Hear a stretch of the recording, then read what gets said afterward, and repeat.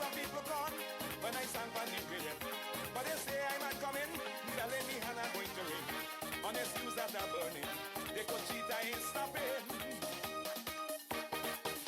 No! Ring the bell for them, ring the bell for them, ring the bell for them, ring the bell for them, ring the bell for those who treated me. Ring the bell, hey, ring the bell. When I am the of the monarchy, ring the bell, hey, ring the bell. Ring the bell for those in authority. Ring the bell, hey, ring the bell, hey. Nobody listens to this. Ring the bell, hey, ring the bell. Hear this. Ting-a-ling, ting-a-ling, ting-a-ling-a-ling-a-ling, ting-a-ling, ting-a-ling, ting-a-ling-a-ling-a-ling.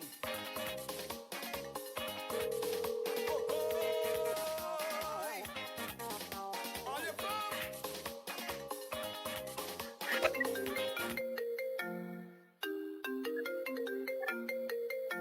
Hello. Hey, girl. Come on. Today's biggest conversation is right here on Bay Hill Radio Station with your host, the one and only Doris Charles. Hello, good evening, good evening. Welcome to another edition of Bell the Nation. It's Bell the Nation at this time. I trust that you had a wonderful day so far. Not sticky day on this side of the globe, but nonetheless, we thank God that we are alive and we are able to at least interface one with the other. As usual, our thought for today is He has shown you, O mortal, what is good. And what does the Lord require of you? To act justly and to love mercy and to walk humbly with your God. So once again, I want to extend a very special welcome and to let you know that the sponsorship for this program goes from the Bay Hill Radio, Bay Hill News Network that continues to belt the globe, as well as from our vegan products, Doris Enterprises, the supplier of finger-licking vegan foods. You can telephone us anytime for and place your orders, especially as Christmas is just around the corner. So yes, what are we going to be discussing today? What we're going to be talking about today is the second part in series, Is This Democracy? Um, Last week we came to you from Kingstown and we were able to look at some aspects of the democratic process in Vincent and Grenadines.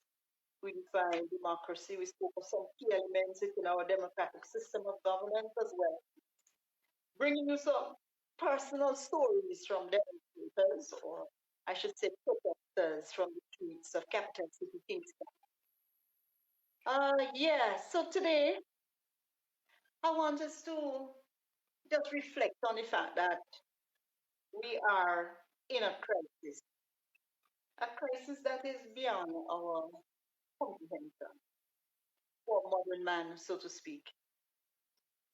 I began writing this program Saturday night because more and more aspects of what masquerades out as democracy continues to hurt us here on the island.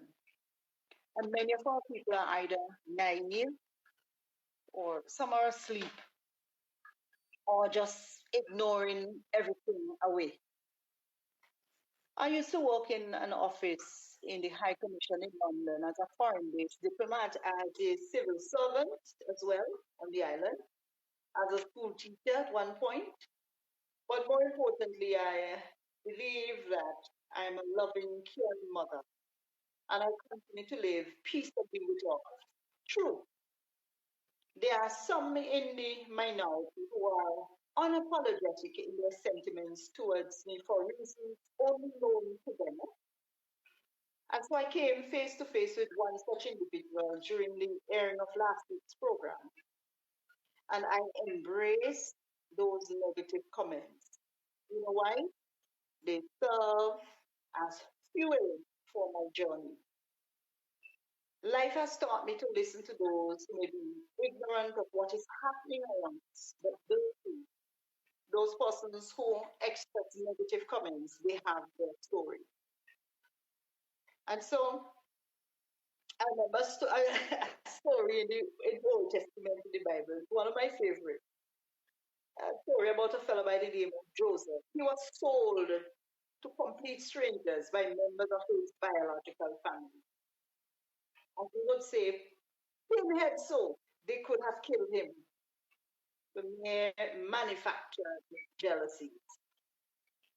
Hatred from some family members is real.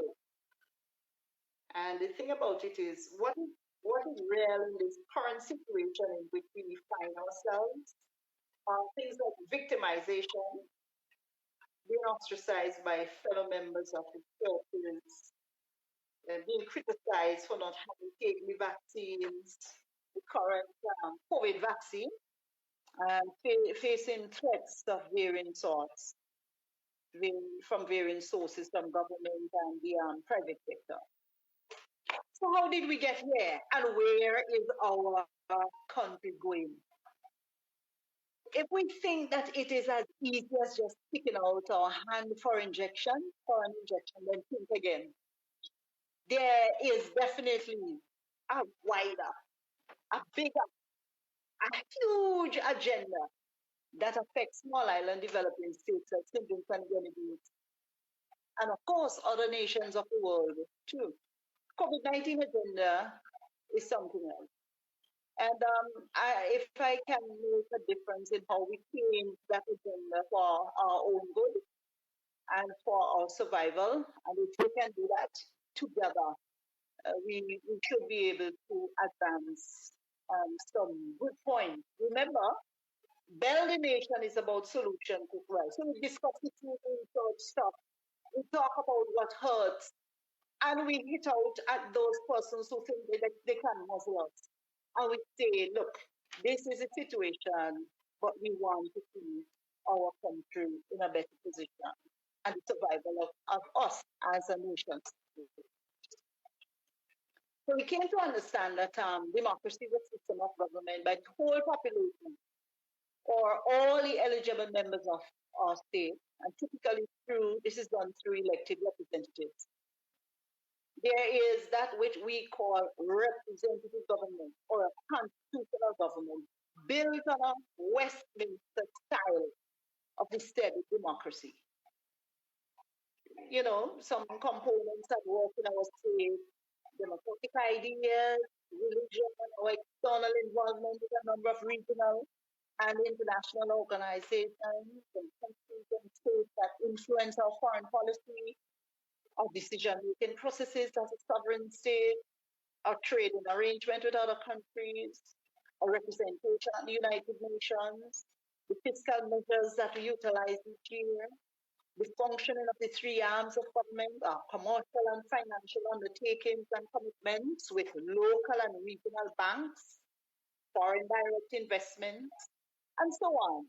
And of course, the impact of COVID-19 disease on critical sectors such as health, tourism, agriculture, food safety and security, food production and sales, education, and so on.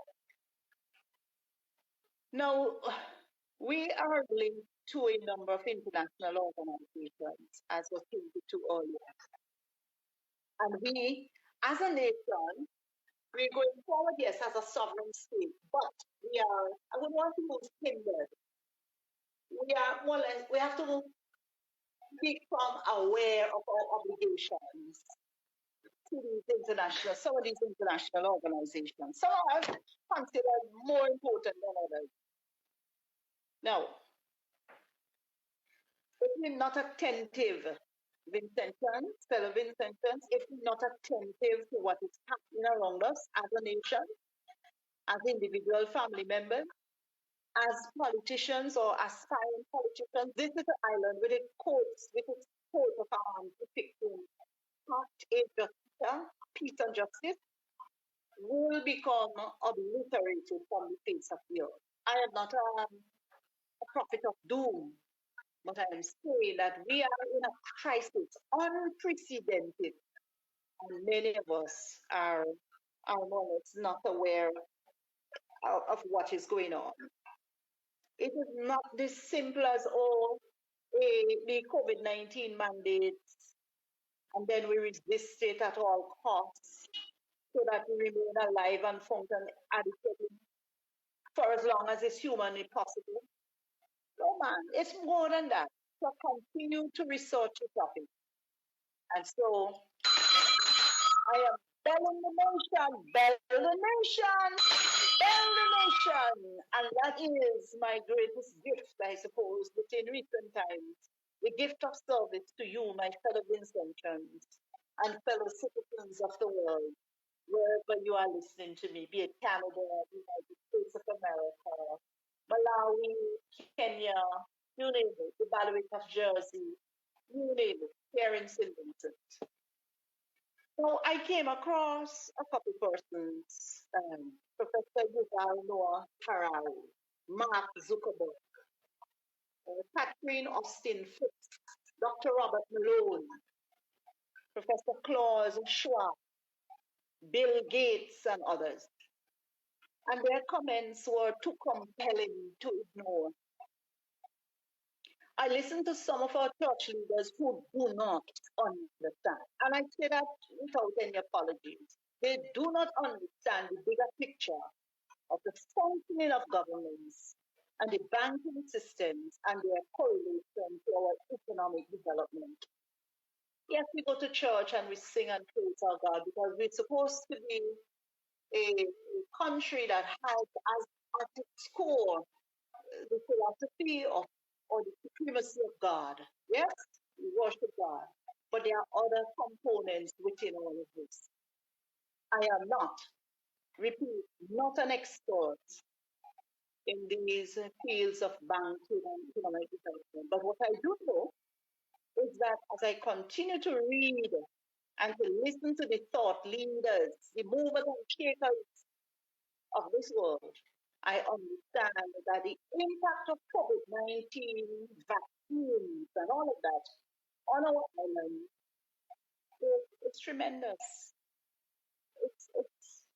I want to repeat the word about unprecedented, and we need to understand that. We have got to grasp this thing, put our head around it and see where we are at. So I think I continue to be the eyes and ears within the system here.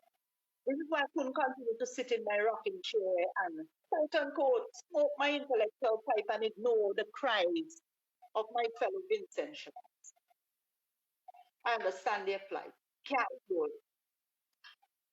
And I could at the time, with the knowledge that I received and the information I received, there are times that it does appear as if I ignored the agenda, but I didn't. And so I want us to know and understand again that democracy does not and cannot survive in isolation. We've seen how the media drives the fear and how people become motivated by such fear. And I have seen how some politicians thrive on this. It is frightening to many, and the lines between opinion and fact are blurred. One strategic communicator promoted this idea, which is still in use today. What they said was this: if you get people to believe in a perception of their reality over time, they will believe it as their reality. So the thing does not have to be real, just a perception of the thing. As technology improves, this blurring of the lines of what is reality and what is perception will become embedded in our thinking. And we cannot afford to have this happen to our people. Classic example, there's artificial intelligence available that could be used to make incredibly effective propaganda that would not seem like propaganda, but rather what we are led to believe as a real deal on any issue. And that will not be. You have heard about fake news, of course. But here's something. This is what I learned, and a village sent me to school. A village raised me as a child. Yes, I had parents and so on. But you see, when they send me to school, now I must come back and help us to understand what this thing is all about. So you heard about fake news, you heard about using intelligence, artificial intelligence, that are deep fakes that can influence the direction of our society, influence the outcome of elections. Artificial intelligence just tones or sharpens the message, looks at the feedback and makes the message slightly better within milliseconds. That is some aspects of artificial intelligence. Don't let anybody fool you. So do we have individuals with the capacity to manipulate artificial intelligence within our electoral process, within this so-called democratic society? Of course we do. Artificial intelligence could or can adapt to messages and sift and react to news. And there's so many things that can be accomplished through social media accounts out there in cyberspace. Can we tell which accounts belong to people and how many accounts we know for sure are supposed to belong to organizations or other operatives that are non-person related? What are the ways in which a regulation is put in place, if at all, to regulate the whole aspect of information that is honed or gleaned through social media? I listened to an interview, a discussion with Mark Zuckerberg. You know, Facebook has been rebranded as Meta. Yeah, and Professor Harari, Yuval Noah Harari. And it was quite clear to me that the question of regulation of this vast amount of information or data that is stored by Facebook or Meta, Instagram and YouTube and so many others is beyond proper regulation.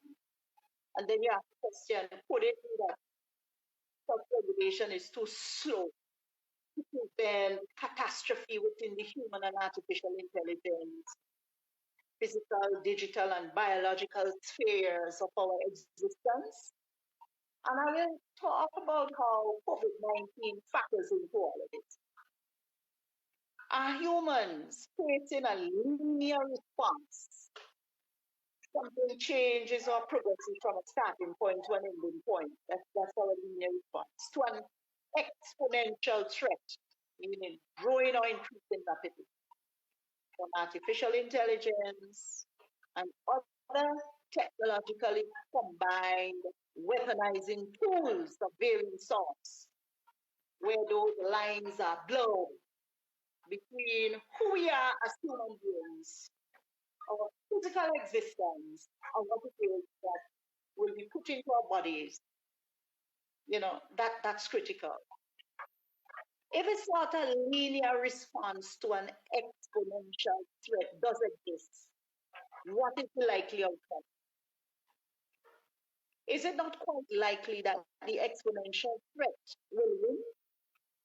What is it about the COVID-19 vaccination program that is critical to our understanding of this new St. Vincent and the Grenadines and the world around us?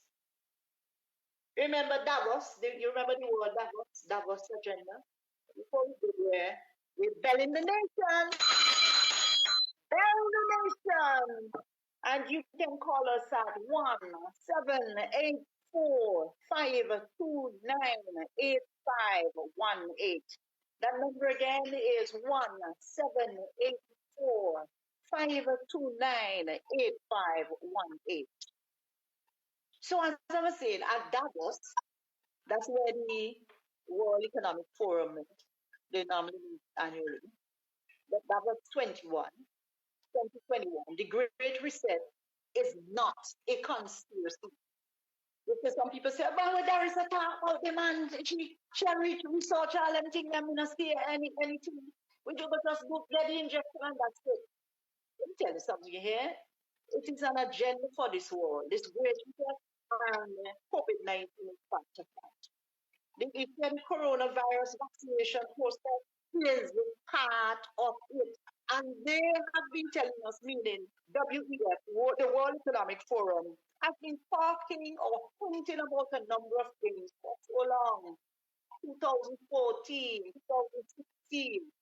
You know, Professor Klaus Schwab from the World Economic Forum is on record to say that due to the prevalence of the same coronavirus, it will accelerate the fourth industrial revolution. I think we discussed about the fourth industrial revolution sometime ago. But here is the thing. There is a technological driven industrial revolution that will combine all these things together. It's huge, real huge. And before I began researching it, I didn't quite get it until I was able to pick it apart and then put it back together and see the relevance to St. Vincent and the Grenadines as a small island developing state, and to see the relevance of all the countries in this world. I'm wondering whether our Caribbean leaders understand the full implications for our region and for our citizens. And I'm not trying to say that I'm more intelligent than anybody. No, far from that. But I'm just wondering whether our leaders are kind of analyzing the implications for us. We ever heard of the phrase, you will own nothing and you will be happy? It's all there on the internet for us to scroll through and read for ourselves. So, if I don't own anything, who owns what I once acquired over the years? And who controls my assets? And why would they do that? Is it the members of the World Economic Forum? Is this a conspiracy if they discussed it already?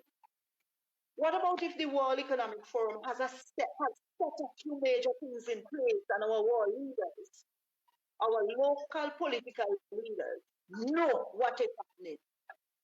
Do they have the right to tell us as citizens? Do they have the right? Why? And why not? Why not tell us? Let's see if we could understand what is at stake. I took a quote from somebody named Naomi Klein, and she wrote the Great Reset Conspiracy Smoothie in the Intercept. All kinds of dangerous ideas are lurking under this wide brim. From a reckless push toward more automation in the midst of a joblessness crisis, to the steady move to normalize mass surveillance and biometric tracking tools, to the very real problem of Bill Gates' singular power over global health policy. End of quote. Are these legitimate concerns? When we factor in climate change, when we factor in global power. Is COVID-19 disease or its vaccination about the health of our people? Or is it about the exercise of power by a few individuals in this world who have lots of money and or control and a need to control the entire population through technology for the sole function of those very persons who are in control, who at this time are more or less unseen? Is this a transhuman system or a slavery system where our children or grandchildren would be disadvantaged? Are we contributing to the building of another system of slavery? And these are some of the things that we continue. We must ask ourselves. I want to tell you something that in my study of company law and corporate governance, I found that the central banking system within the Eastern Caribbean currency union, of which the Vincent Grenadines is a part, is a critical bureaucracy in controlling and managing the financial system as it is known. So, it is a part of the governing system within our states. So the information is from their website, that is the ECCU, the Eastern Caribbean Central Currency Union. And basically, the ECCB is also part of that structure. It says this: the Eastern Caribbean Central Bank was established in October 1983. It is the monetary authority for a group of 8 island economies, namely Anguilla, Antigua and Barbuda, the Commonwealth of Dominica, Grenada, Montserrat, St. Kitts and Nevis or St. Christopher, St. Lucia, and St. Vincent and Grenadines. So we share a central bank and we share a common currency. So when we talk about the ECCB, that is our central bank. It's located, I think, in St. Nevis, and then we have a common currency to all of us. You go to Angola, you go to Antigua and Barbuda, Commonwealth of Dominica, we actually use the same money, the EC dollar, as we know it. Now, there was an agreement establishing that monetary authority for the 8 ECCB participating governments. And that agreement was signed on the 5th of July in 1983 with Trinidad and Tobago. And therefore it was officially commissioned on the 4th of October 1983. And it replaced the Eastern Caribbean Currency Authority, and that one was established since 1965. Now the objective of the ECCB, and I'm going somewhere with this because they're giving us context, but don't be afraid to call me 1-784-529-8518.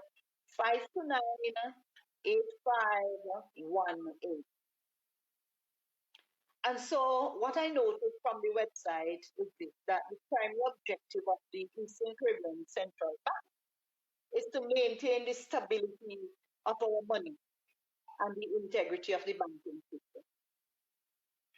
Our Minister of Finance, Camilo Gonçalves, is part of the Monetary Council, right, within the ECCB.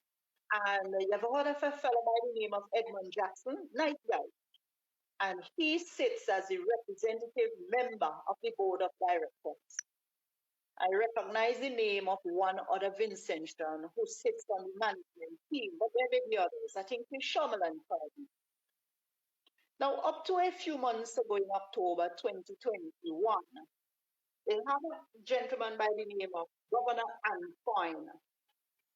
I'm not sure if he's from St. Louis or one of other countries. He underscores the importance of the monetary stability within our region.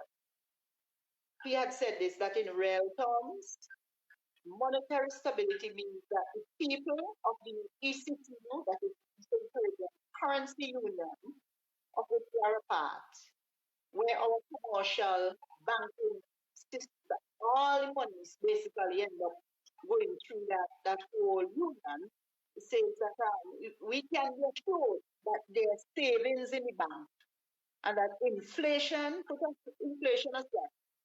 The savings is protected in terms of its value because the EC dollar is stable and strong. He went on to say the parity of the EC dollar today is the same as it was in 1983, where $1 is pegged to an EC dollar, or the equivalent is for $1 to $2.20 EC. And that has been the way since 1976, 45 years ago. But here things could actually happen because when America sees we in the Caribbean will catch cold. So if there is anything that's going wrong with the American banking system, no for sure it's going to focus down here. Now, Governor Antoine said, similarly, you can go to your bank or credit union and purchase US dollars. And if they don't have it, you can come to the central bank and they'll provide it because they have foreign resources to back our currency.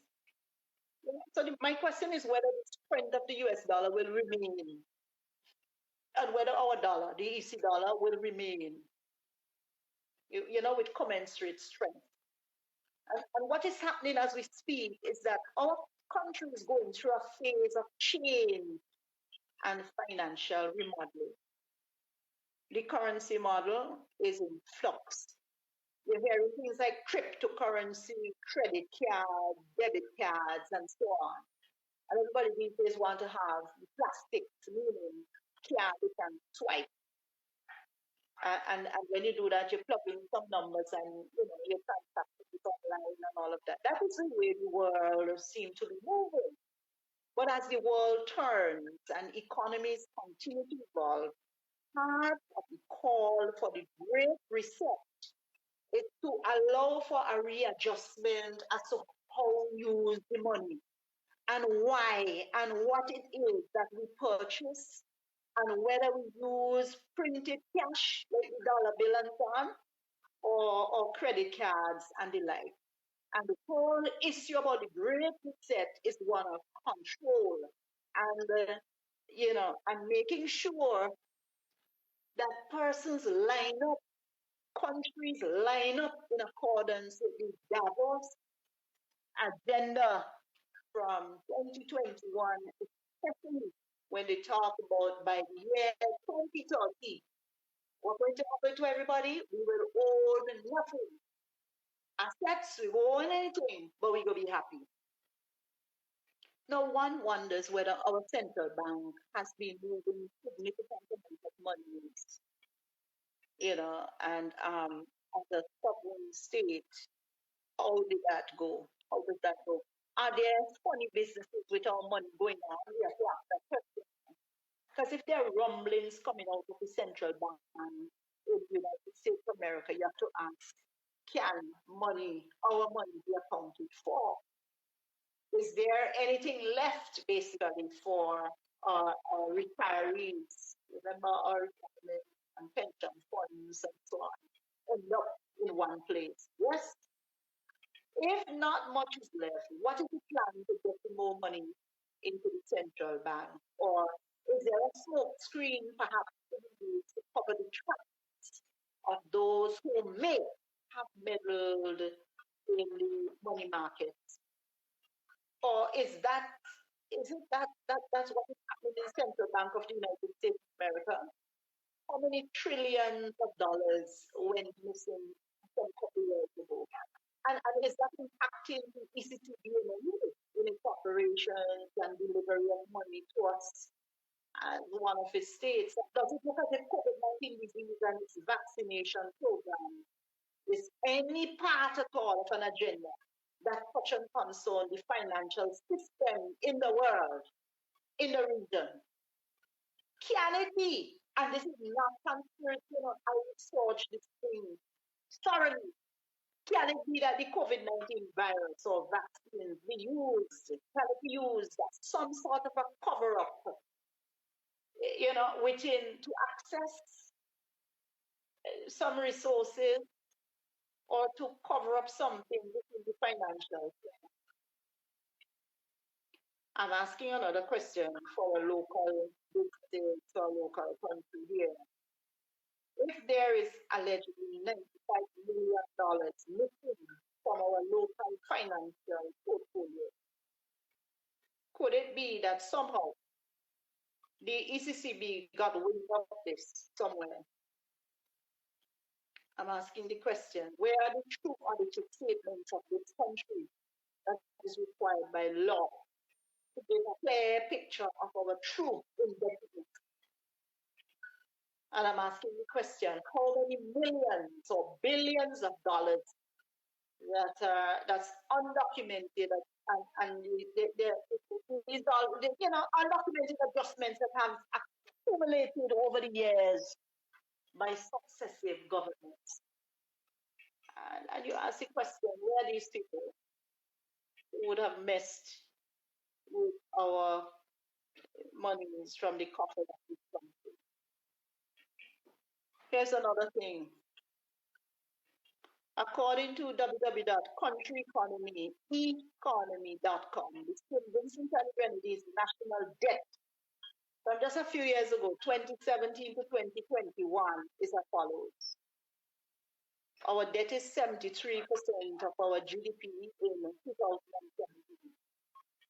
In 2018, they claim it is 75.64%. In 2019, 75.15% of GDP. And in 2020, it is claimed that we now talk of a debt of 85% of our GDP. The IMF e-library quotes online states that they gave the figure at 87% of GDP. Whether it's 77 or 87%, so it's a country that may be one that is less likely to pay back its debt and the higher its risk of default. Because the higher the risk, 27, 87%, we will not be able to pay back our debt, which could cause a financial panic in the domestic and international markets. Spill off, well, more so in the domestic market. So, was there any pressure brought to bear on our country to pay back money borrowed in place anywhere? If so, did our central bank raise this issue? And has the International Monetary Fund taken notice of us? You heard of the IMF, haven't you? So they would normally give reports from time to time. This year's discussion focused on the impact of COVID-19 pandemic on the economies of the East Caribbean or Eastern Caribbean Currency Union countries, siblings of course, with Pakistan, with particular attention to the following policy areas. They discuss fiscal resilience and debt sustainability. Big words, don't you? Yeah, basically, can we do anything to get out of debt? 2, financial stability and crisis management. In other words, in our the financial aspects of things here, if there is a crisis, how can we manage? And are our finances stable? 3, safeguarding the currency. Can we actually continue to use cash? And how useful and effective would cash be? And the other thing they talk about was reform for supporting the recovery, resilience, and the transformation of our economies. So not for sure that the International Monetary Fund, as well as the Eastern Caribbean Central Bank, are saying to us that there are things that are wrong with that, 80-something percent debt percentage of GDP. They say, this is not sustainable. So the IMF findings from the regional consultations were presented to the Consultative Board for discussion on just a few months ago, the 26th of April, 2021. What does the IMF do? They were established in 1944. And so they promote international financial stability and monetary cooperation. So in other words, let's not keeping an eye on all the money, that kind of rollover, go in and out and so on, throughout the entire world. So all the central banks and here in our region, the Caribbean Central Bank, they kind of monitor, they promote making sure that things remain stable and how we can cooperate. Small island states, how they say that we not so important. Yeah, important. So small island developing states like St. Vincent and how we move money across borders and so on and what we do and things. And you know what?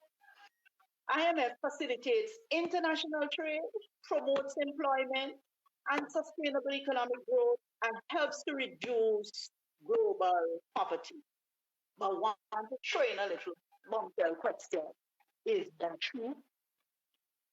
Is it really that the IMF promoting international financial stability and monetary cooperation? Is it so? Now that is something for you to actually look into. What else does the Eastern Caribbean Central Bank provide in terms of its monitoring capabilities of the monetary policy of St. Vincent? Does the IMF also have a role to play in its monitoring of our policy and financial system? Do they directly interface with us? Do they come down and check our books? We vote for and elected representatives who are supposed to manage our financial system in such ways as to be prudent and to be acceptable to our people, and they should be accountable to us. There should be a balance, therefore, between our democratic representatives who manage our money and the central bank and the IMF. But does such a balance exist? Are there parts of financial statements from St. Vincent and the Grenadines that could be taken as somewhat private, let's say, and that the ECCB or by the ECCB or the IMF for whatever reason? So we check out a portion of our financial statement and we discuss that privately and say, okay, we'll see what we can do with this or not. Is democracy in this country run on a two-pronged approach? Who actually are monitoring our monetary policy on one hand? And who are our representatives that we voted for that are supposed to manage the taxes and other monetary flows, the treasury receipts and so on? Is there a balance of power between people and the bankers? Build a nation! Build a nation! Coming to you live from St. Vincent and the Grenadines, one of the most beautiful countries in the world. Little islands in the world. We're surrounded by, water. So yes, yeah. Yeah, so what is happening under the guise of COVID-19 and its impact on the financial system in our country is that the elected representatives appear to be at odds with the electorate. And there is an apparent disconnect between bankers on one hand and elected representatives for the state. Is there some sort of a takeover of our country envisaged by the ECCB or the IMF? Is there a time coming where digital currency will be introduced by the ECCB, and if so, how soon? If so, why? Could it be that to introduce digital currency into St. Vincent and other places, that a vaccine passport could also be more or less necessary to run alongside that? Do you think that the goal of the vaccine passport has to do with our health? That when Prime Minister say, okay, come and take the vaccine, you think it's health we're talking about? No! Think again. Think again. But the narrative says so, the literature, the research, continue to point in the direction. Some people think that it's health, but it's not really health. That is not what I have discovered. The goal of the vaccine passport, the piece of paper that should give you an idea, give people, your workers and your employers, an idea that you take 2 or 3 vaccines, and they call that, an indication that it's to introduce or to run alongside what is known as a new digital financial transaction. You know what I came upon? There's a magazine online called The American Banker. They say mobile payments lay the foundation for digital vaccine passports. You see, on one hand, vaccine passport, on the other hand, digital financial transaction. So the mobile payments, it's saying lay foundation for digital vaccine passport. So we love to put on with phone and everything, You use the phone to pay this, you have a QR code, and so. But what they're saying now, according to that magazine, that those mobile payments lay the foundation for digital vaccine passport. I pick up another little thing about Australia. EML payment in that particular week introduces vaccine verification process and incentive marketing program that instantly issues a digital prepaid card for use anywhere on MasterCard merchant network. So they have a vaccine verification which is tied to EML's app. The EML did not respond to a request for comment, but several countries have now introduced digital health passes to enter businesses and facilities. While all businesses have had to adjust during the pandemic They have been hit particularly hard by closures, workforce shortages, and capacity restrictions over the past 18 months. Technology, don't forget that. Technology has helped restaurants adjust by minimizing staff interaction with guests and streamlining payment process. End of quote. When it comes to these vaccine passports, these are mandatory vaccination that will end up giving you a piece of paper in your hand to say, yes, you have taken 3 and 4 vaccines. I'm asking the question, are they the end of human liberty? Is this vaccine passport a system of control that is gradually being introduced to monitor where we go, where we travel to, what we eat, how much we eat, how long we stay in a particular place? Because, every time you move off from one area to the next, I am told you're able to be monitored to see, okay, it's over in a tree for 40 minutes, and then after that, to reach home at 6:30. Something popped into my head there.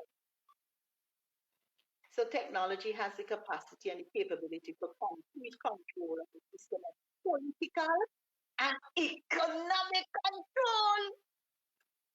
Remember slavery from the pages of our history? Huh? My great grandparents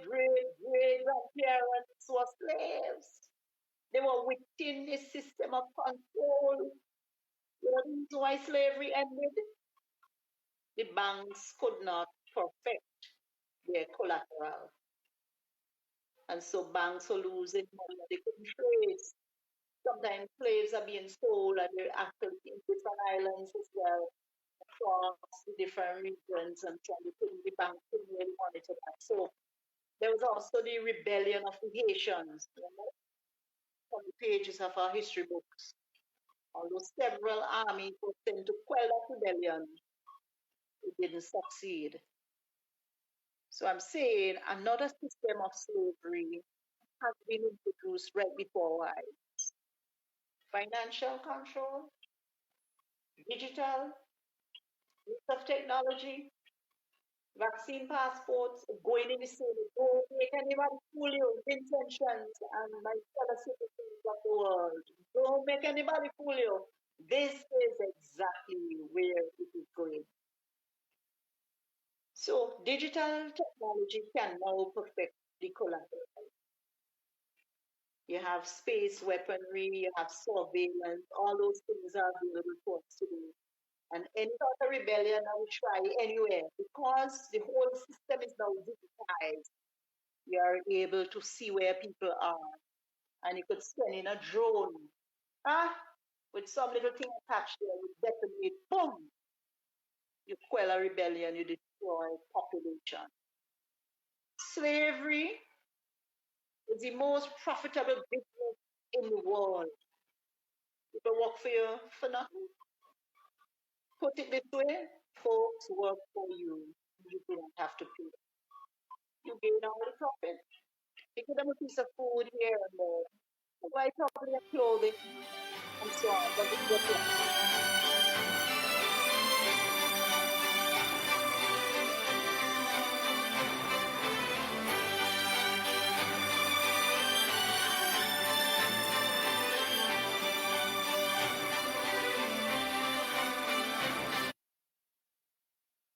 Hello, welcome to Build the Nation. Yes? Do we have someone online? Hello? Okay. All right, so digital technology can perfect the collateral.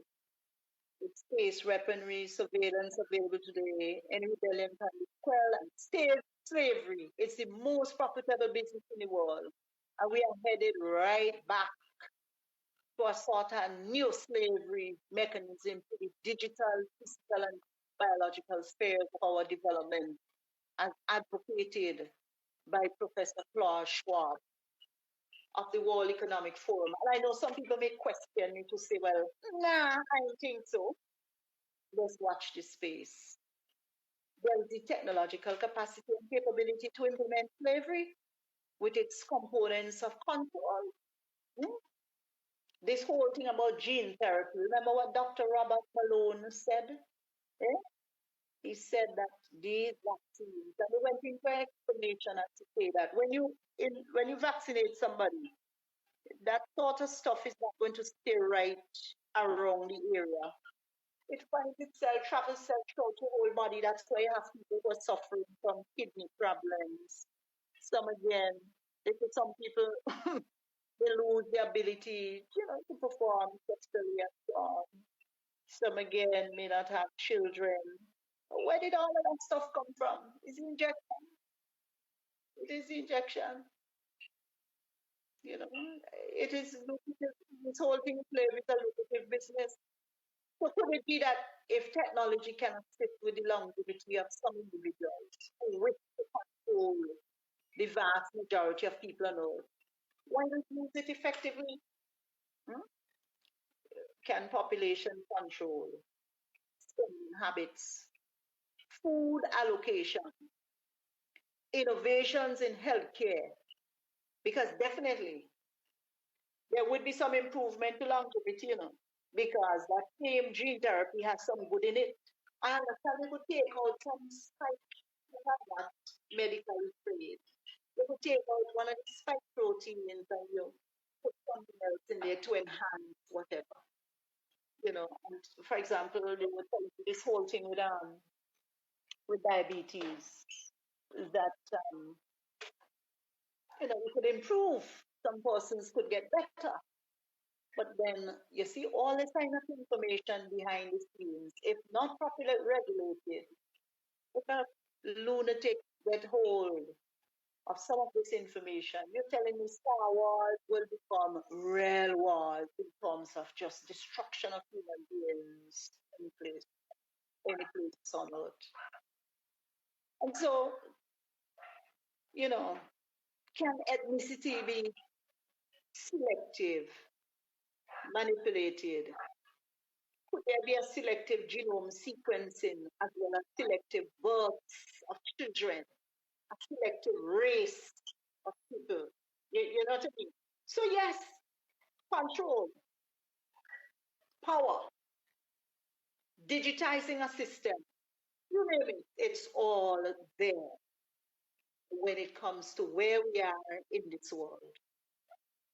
Control of the monetary system through you have CDBCs that are already in the making. But the idea behind using cash, I was listening to one gentleman, he was talking last night, is that bankers do not ever know who is using, let's say, $100 bill. But so why is it important for them when you come into the bank? It's about control and use of money. Why is it that one set of people sitting down, let's say Washington, should know the importance of how much money that I have in my pocket and what I would buy to eat? So let's see what's possible.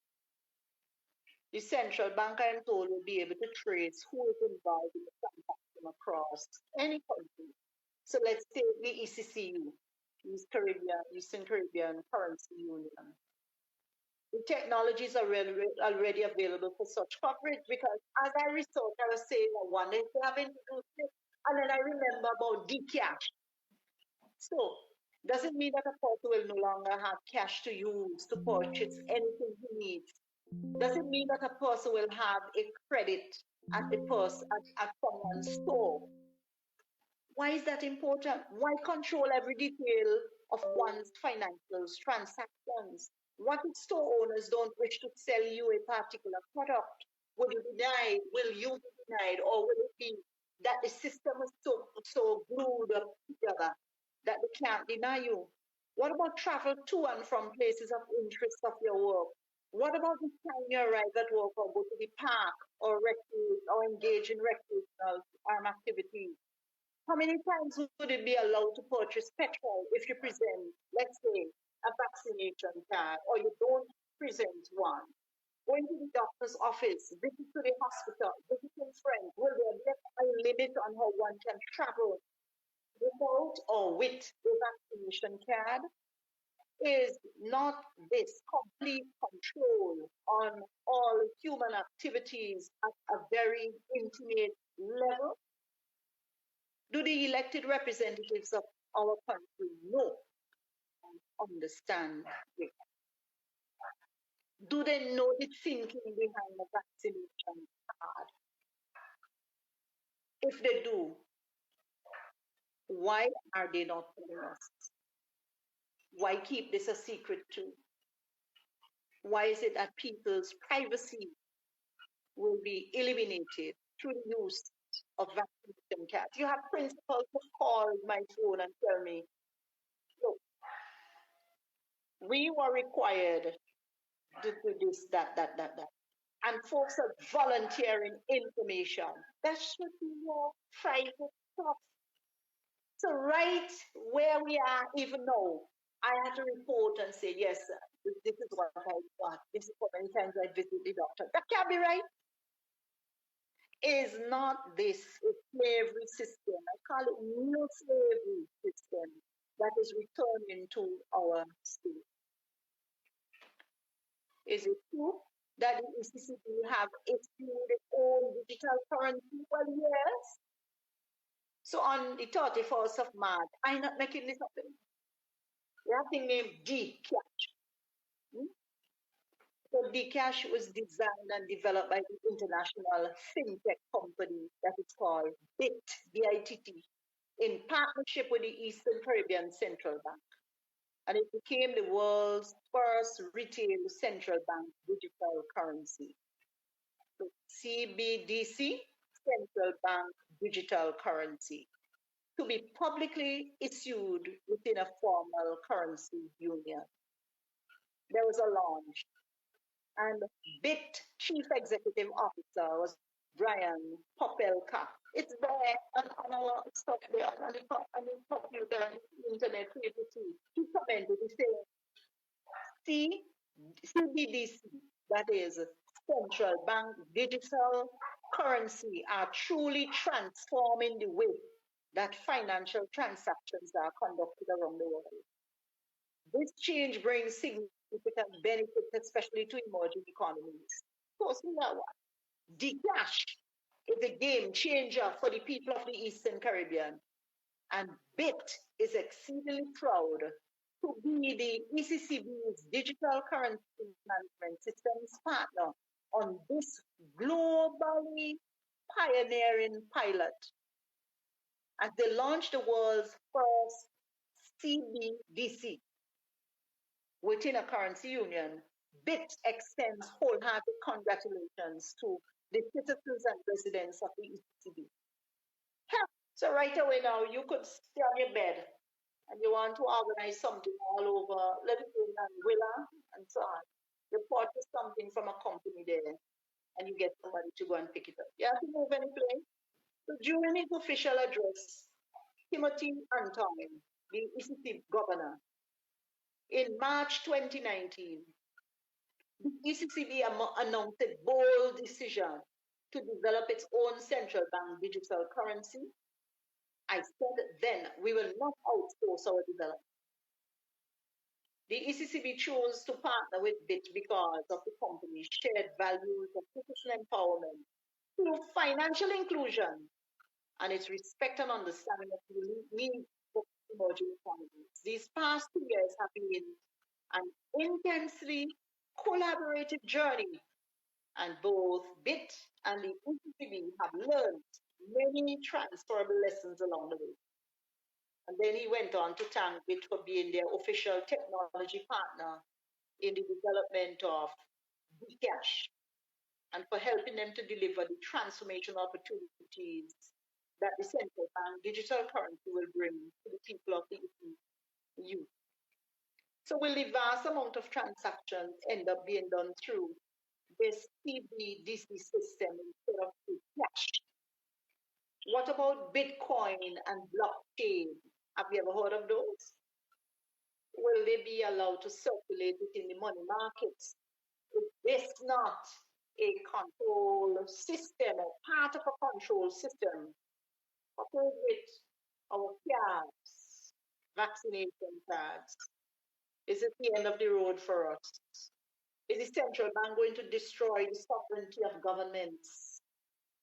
The government of St. Vincent and Grenadines, would it be destroyed? Sovereignty, that it can't think independent of anything else more than just to follow the ECCB or the IMF?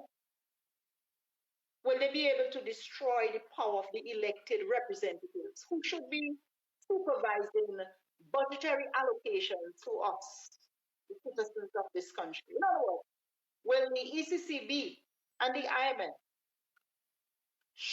somehow use vaccination cards and or that CBD system of financial control to remove ultimate control of our financial systems within our sovereign state, and that our elected leaders will have no bite, that we will have a sitting prime minister who could say nothing about our fiscal measures that we will use from time to time, but then everything will come directly from a controlling system. Taxes be taken out of people's accounts without any cost. Is that already happening? Isn't this taxation without representation? Who is behind this mastermind of the great reset of our economic or financial system? Build the nation! Build the nation! Coming to you live from St. Vincent and the Grenadines. You can call us 1-784-529-8518 and let's have a conversation. So tell me, who's behind the mastermind of the Great Reset of our economic and financial system? Who actually owns the central bank? Who manages the insurance industry? Who controls the financial systems that operate within the country? So I want to say this. There was a takedown of the world economy, and that was voted on in August 2019. Just after another important partnership was signed. Remember the World Economic Forum, which is only strategic, the foundational strategic partner, Bill and Melinda Gates Foundation. Remember the World Economic Forum? They did sign a partnership agreement with our country and many other countries around the world. So when they did sign with us, June, does it seem that the World Economic Forum is dictating to the rest of the world as to where that agenda goes? Who spoke of an accelerated approach towards the implementation of the fourth industrial revolution? Wasn't the chief executive of the World Economic Forum, Klaus Schwab, who spoke of using digital, physical, and biological spheres of our existence, and that COVID-19, the prevalence of COVID-19 will be accelerating how fast they implement things. Who holds the patents for COVID-19 vaccine? Bill and Melinda Gates Foundation. And who is instrumental in designing the foundational strategic partnerships on just how the fourth industrial revolution will unfold? Come on. Is this any conspiracy? No. It's right there on their websites. Do leaders of sovereign states like Doris Charles, leaders of governments within the sovereign states like Ralph Gonsalves, do they know about what is planned?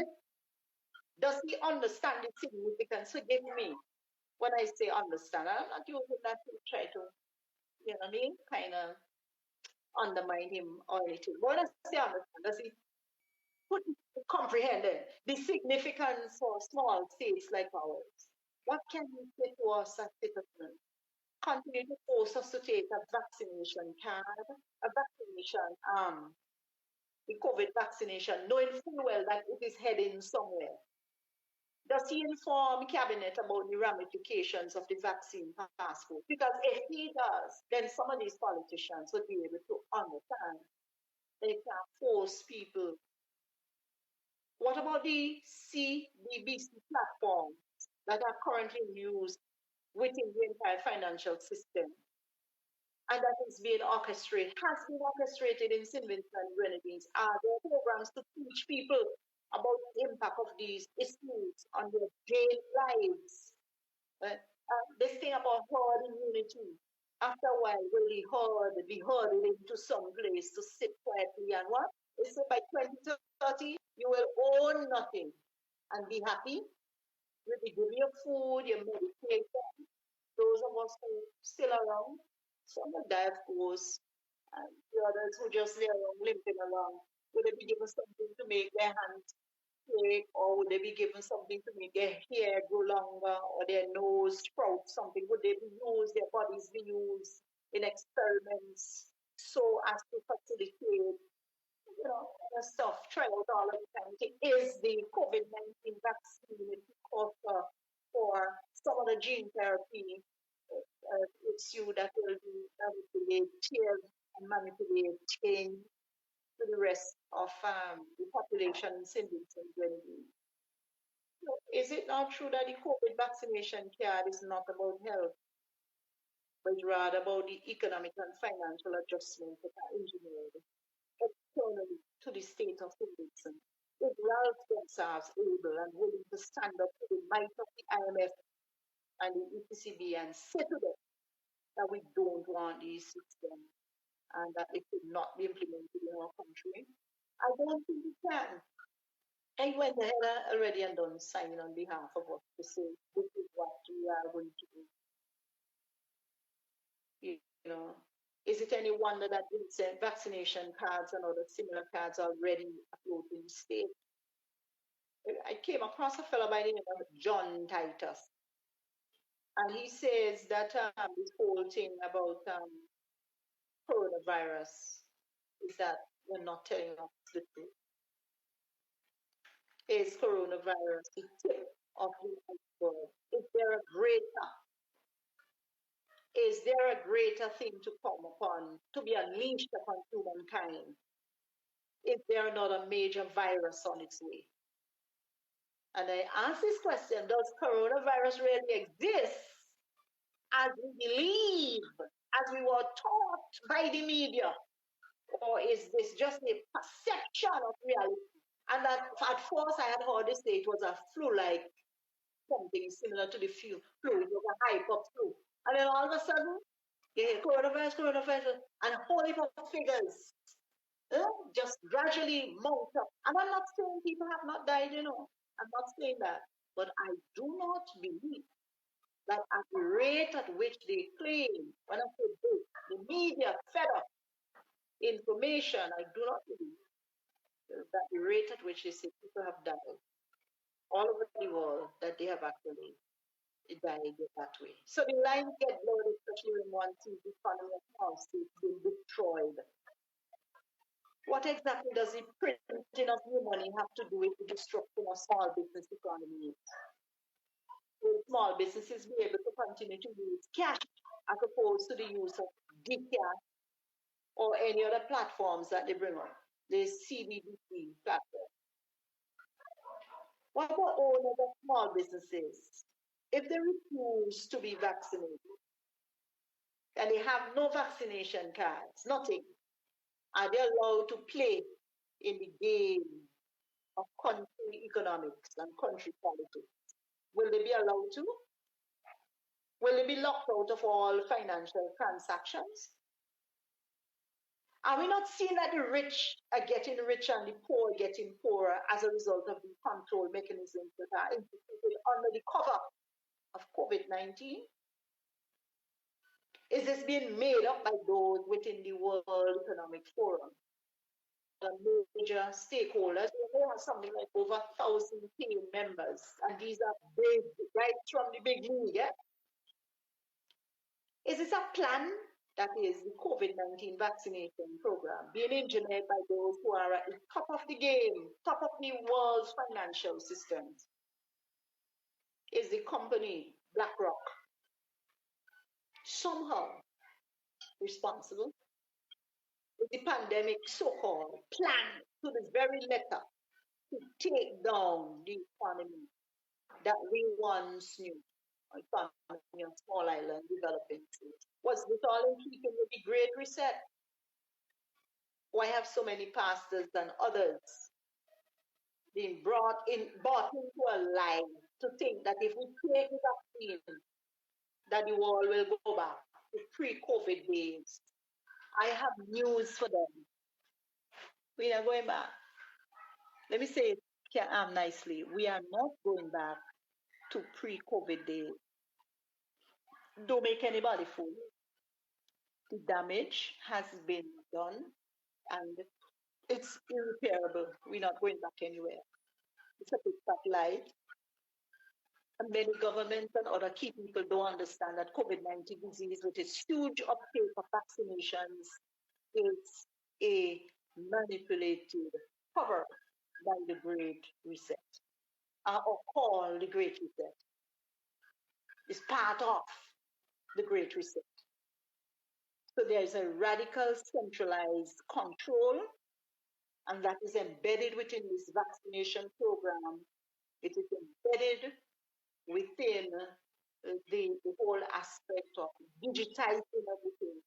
You can't move now, from single to go any place else. You can't buy or sell accordingly. You can't.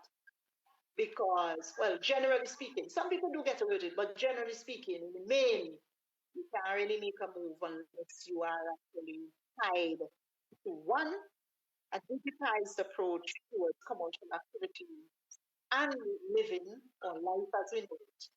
And two, you must have that vaccination card to see where you're going. So it's not about it. It's not. And they must stop their life.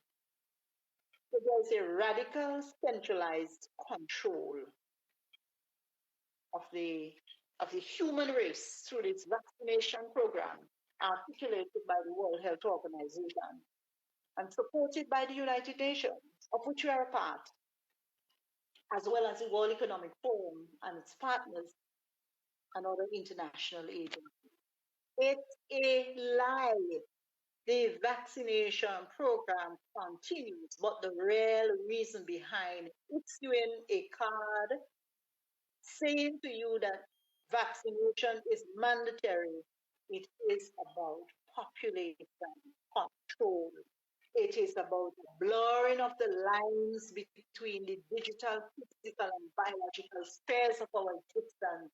It is preparing us to become more involved in the fourth industrial revolution. It's all there. It's written. Please don't take my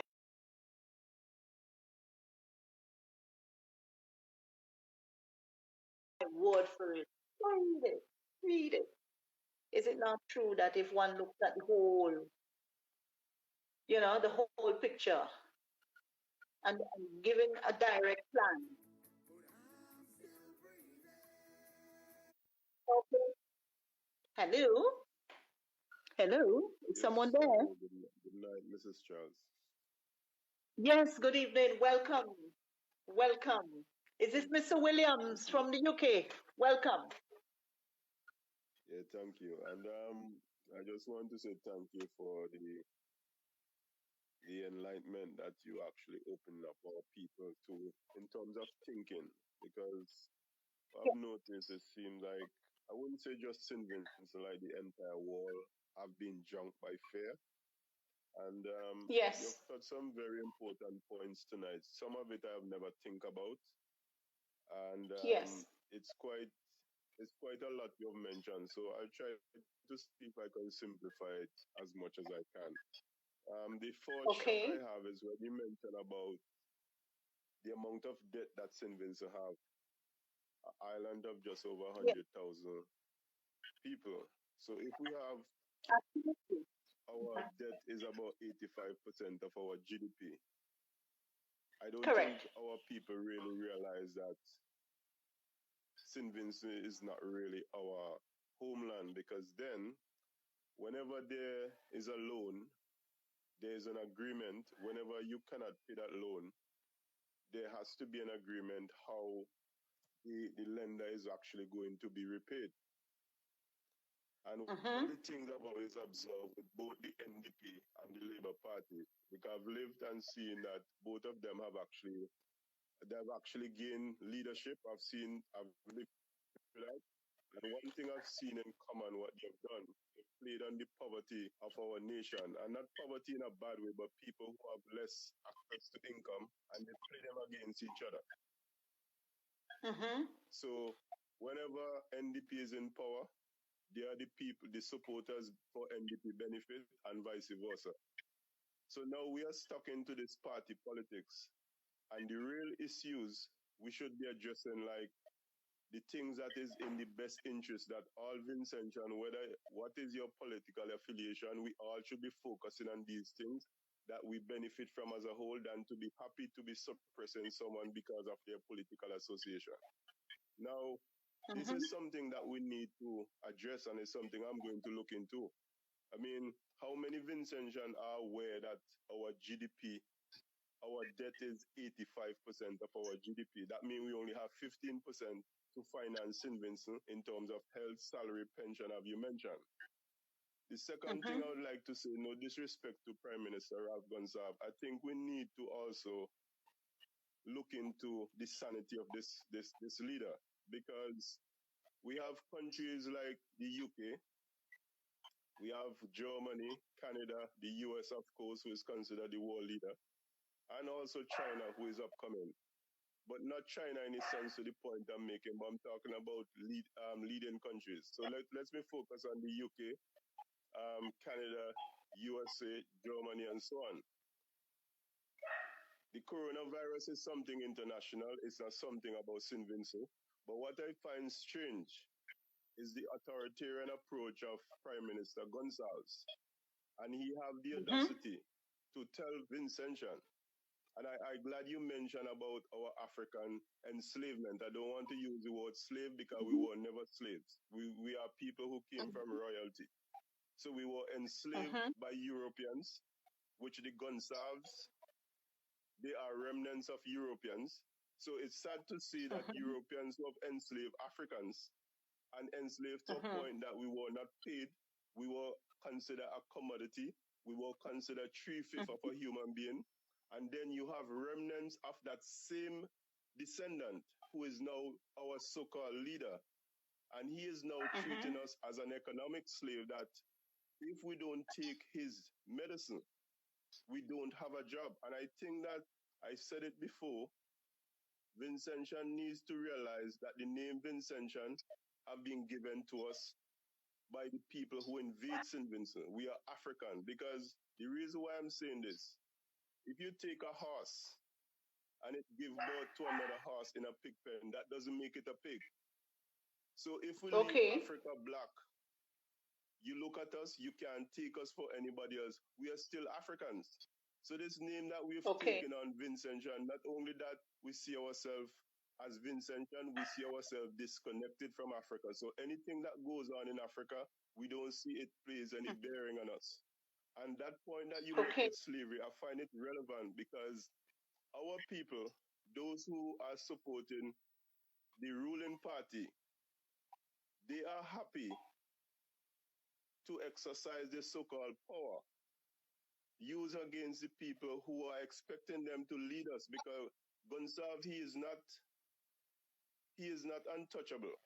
And he need to Okay. remind himself that he is an elected leader.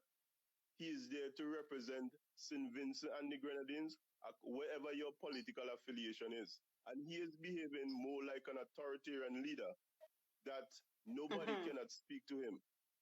We have elected him to serve St. Vincent, and even he may go out and he may make certain connection, it's on behalf of St. Vincent, and that is his duty as a prime minister. And what I've Correct. even found strange, I've also heard a senior member of the police force also behaving as an advocate for vaccine. Now, I want to ask that senior police officer, I'm not going to call his name because I don't want anybody to make a personal attack on him, but he know who he is. You are not a medical Mhm. expert. This vaccine is Correct. also experimental. Mhm. We don't have any data that we can make a clear assessment as to the long-term side effects. of this vaccine. The Correct. manufacturers of the vaccine have been given indemnification. So when we weigh up all these things, how can you want to mandate a vaccine? You don't, because anything medical always have a side effects. How many people who have take this vaccine into the body have been given the information to make an informed decision? And a matter of fact, there isn't any data that people can actually make an informed decision. So the point I'm trying to make is that it is an experimental vaccine. There's no data that we can make an informed decision. Yes. How can you now want to mandate a vaccine to tell me that it is good for me? And what I find very crazy is that every man-made material come from a natural source. Why aren't we be given a holistic choice and given a medical choice, so we have both on the table to make an informed decision? And I want to know what is the urgency of Prime Minister Gonsalves, that he feel he have this authority to tell Vincentians, Yes. like we are the commodity of the Gonsalves, that he can tell us that we don't have a choice. So when I look at his attitude, I don't see, and please, I don't want to be misquoted. Right. And I repeat it, I don't want to be misquoted. I don't see less comparison between his attitude and the authoritarian leader that the world called Adolf Hitler. Adolf Hitler, the people who were not blue-eye blonde, they were considered inferior. And they were taken to the concentration camp and they were being killed. Now, when I look at the approach of our leader, I'm not calling him Adolf Hitler, but is that if you don't take the vaccine, you lose your job. What about those people who don't have alternative to income? What are you going to do? You're not killing them directly, but indirectly you're going to kill them, because you know what? Number one, this vaccine, we don't have no data. Secondly, you put them out of a job. They have no alternative source of income. Even though they have a savings, after a while that savings will be depleted. So you're setting these people up long term to just eat whatever they can. That in fact will have a long term effect on their nutritional intake, resulting in poor diet. Then you end up die. So the only difference I'm seeing in the approach of Adolf Hitler and our present leader is that Hitler has a definite approach that he will kill you if you're not blue-eye blonde. PM Gonsalves, he's not killing you directly, but long term you will end up dying in process, because if you don't have a job, most people have an alternative source of income. You will end up with a poor diet, poor nutrition, and what about if that person does not take that vaccine, then he cannot even get the medical requirements that he requires. And what I find very strange, we are going through a so-called pandemic. Yes. All of a sudden, I haven't heard of any national disaster. Internationally, all of a sudden, we're having food shortages. We're having travel restrictions. That's correct.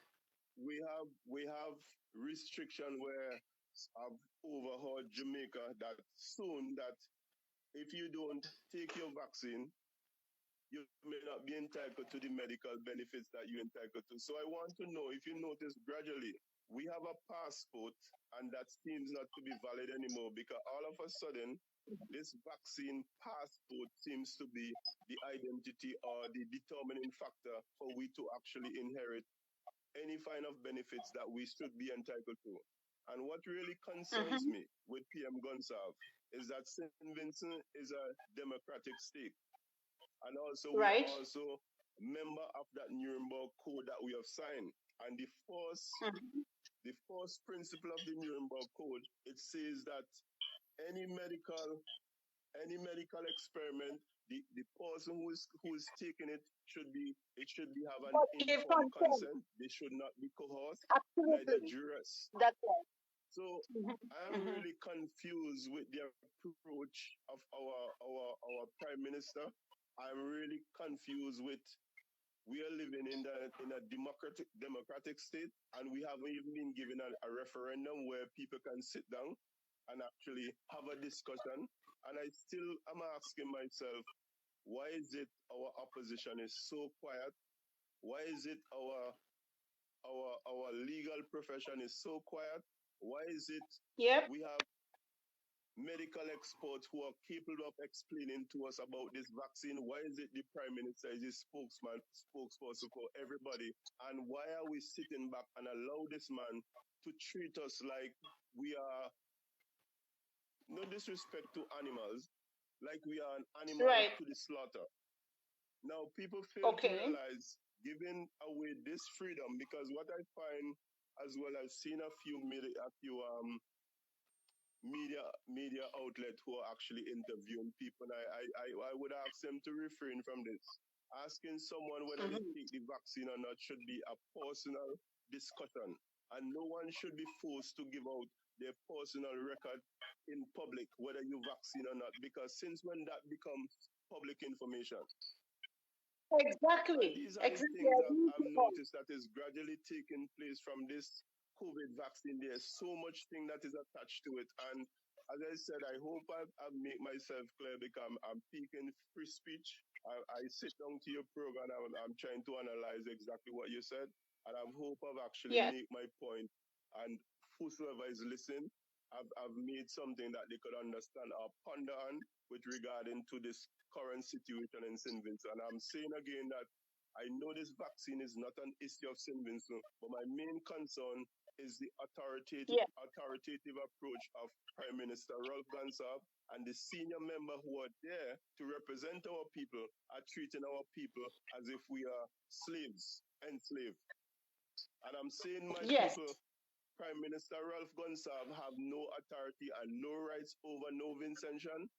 Our unity is the only thing that can get us where we want to be. And if we give away this vaccine freedom, what next is they going to ask for? Because what we need to realize, initially they told us we Yes. need 2 vaccines.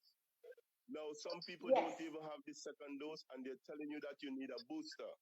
So if this The vaccine is program. not protecting you from COVID, if 2 doses is not working, why would you want to Yes. take a third dose?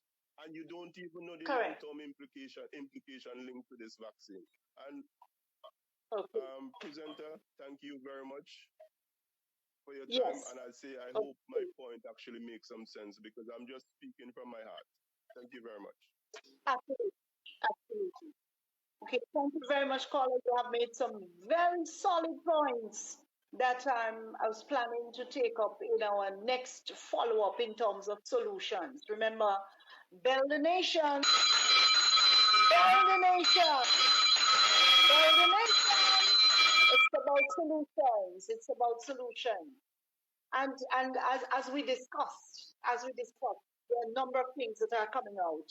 And our next program, we will deal with solutions. I see we are nearly through with our time. But I just want to say that this experimental vaccine, which is closing, is failing to stop infection and or transmission of the disease. No amount of mandatory vaccines will achieve anything else but a fractious society at best. Hence, a question we must consider, we must continue to ask, and that is whether this matter of COVID vaccination is one of pure politics the world over. For me to say this, if we can borrow from the laws of maths and actuarial science, is it also true to say that if a nation, as St. Vincent Grenadines, cannot get a financially responsible solution to a whole heap of things, especially its retirement benefits, the government will have two major solutions, or will have two major solutions. One, an increase in the retirement age, and two, or lower life expectancy. Can you see what is happening? Here is the toxic levels, toxicity, based on what Dr. Malone was talking about. He talked about those levels in the COVID vaccines, and others have spoken about the suppression of the immune system in humans, more poisons to be administered to one's body. And this is the way in which life expectancy, I suppose, would be lowered.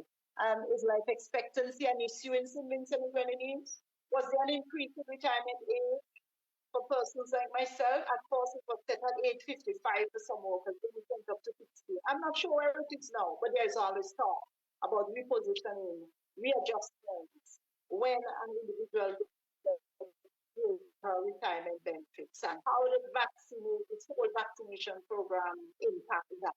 Besides these main points, there are other areas of health, nutrition, and other environmental contributory factors where we are as a nation and where we are going. $20 trillion reportedly missing from the central bank in the USA. Don't know how much is missing from us here in the Eastern Caribbean Central Bank. There's speculation, but guess what? We have more to talk about in our next upcoming program on solutions. We'll recap a little bit here and then we will talk. But I am so happy that you will remember this. He has shown you, O mortal, what is good. And what does the Lord require of you? To act justly and to love mercy and to walk humbly with your God. Thank you, everybody.